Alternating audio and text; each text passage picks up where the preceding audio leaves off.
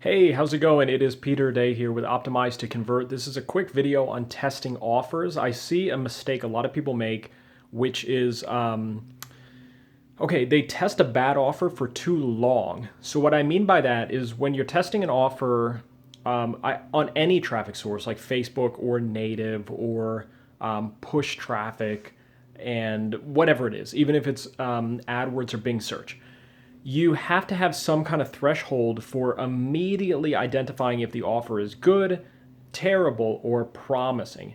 So what we're doing on our internal team is if we spend like $300 or $400 on a lead gen offer that's paying under $50 a sale right now, and it performs absolutely horribly, like 70% loss, 90% loss, anything over 50% loss, we're not that excited about it right now. And what we usually do is we look for better offers if that's the case. So what we're doing is we're testing, like I said, with about $300 to $400. And if the loss is any steeper than 50% loss, we're a little bit concerned about the offer and how good the offer is. Now, if we test with like $300 or $400 and the loss is less than 50% off the bat, then we regard the offer as being okay or promising, and maybe it's a good offer. Because here's the thing: let's say you spend $400 and the offer, it loses 40%. Some people might think that's terrible, but the thing is, you can just fix your ads, you can improve your ads, you can improve your audiences. There's so many things you can improve to just take it from negative 40% ROI to a 10 to 30% profit margin or more easily. So when we're looking at these things early on, we're looking at them and just making sure that offers are getting better than a 50% loss in the first like $300 or $400 spent.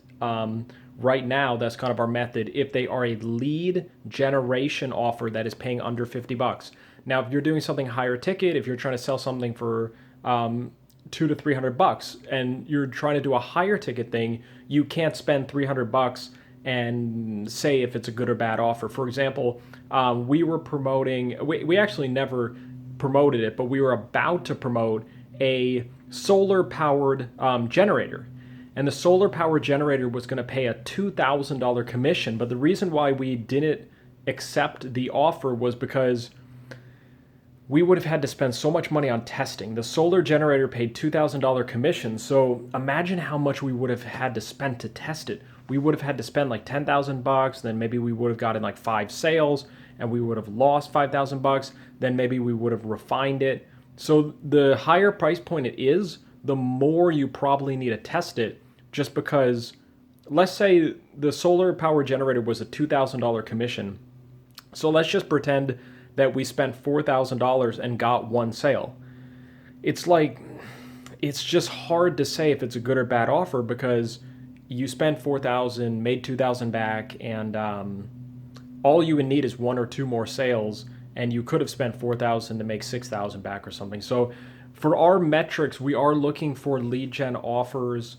It's not like we're looking for lead gen offers under $50, but at least for this testing strategy, if you want to be this aggressive at weeding out offers, then the lower price points might be better. Now, there are some lead gen offers that pay $120 and $80.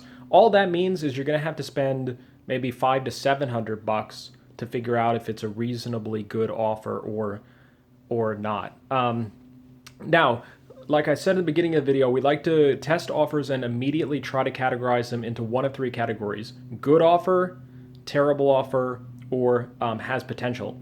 And if we spend like that $300 to $500 range and the loss is greater than 50% and it doesn't look like it's improving, we might classify that as a terrible offer and never run it again. If it is better than a 50% loss, we might put it in the promising category or good offer category. But then for it to really make the good offer category, we really need to see it improve and improve and improve, because ultimately a good offer is not considered a good offer until it is profitable. So I hope these tips help you when you're testing your offers, because I think a mistake, there's 2 mistakes that people do. The first mistake is they test with too little of money. They just spend like $100 and then they don't profit maybe, and then they say the offer is bad. That's too premature. you probably need to spend at least $300 to $500 to see if the offer is remotely promising, good or bad. Another mistake people have is they kind of have their heart set on the offer because their affiliate manager told them that it was good or something. And another mistake people make is the opposite mistake, where they've spent like $4,000 and have only earned like $2,000 back, when me and my team, we would have just called that a bad offer on day 4. I mean, right? We would have spent like $100 a day for like 4 or 5 days and figured out if it was a good or bad offer. So the two mistakes that people make is spending way too little and calling it a bad offer. And then the other mistake people make is spending way too much when they should have realized it was a bad offer all along. So I hope these tips help you. Keep following our training. If you're on YouTube, subscribe to our YouTube channel by clicking below, and also visit our Facebook group, Affiliates Ask Anything. Go ahead and join the Facebook group, Affiliates Ask Anything, and we'll answer your questions there. Guys, talk soon. This is Peter Day, and I'm checking out. Talk soon.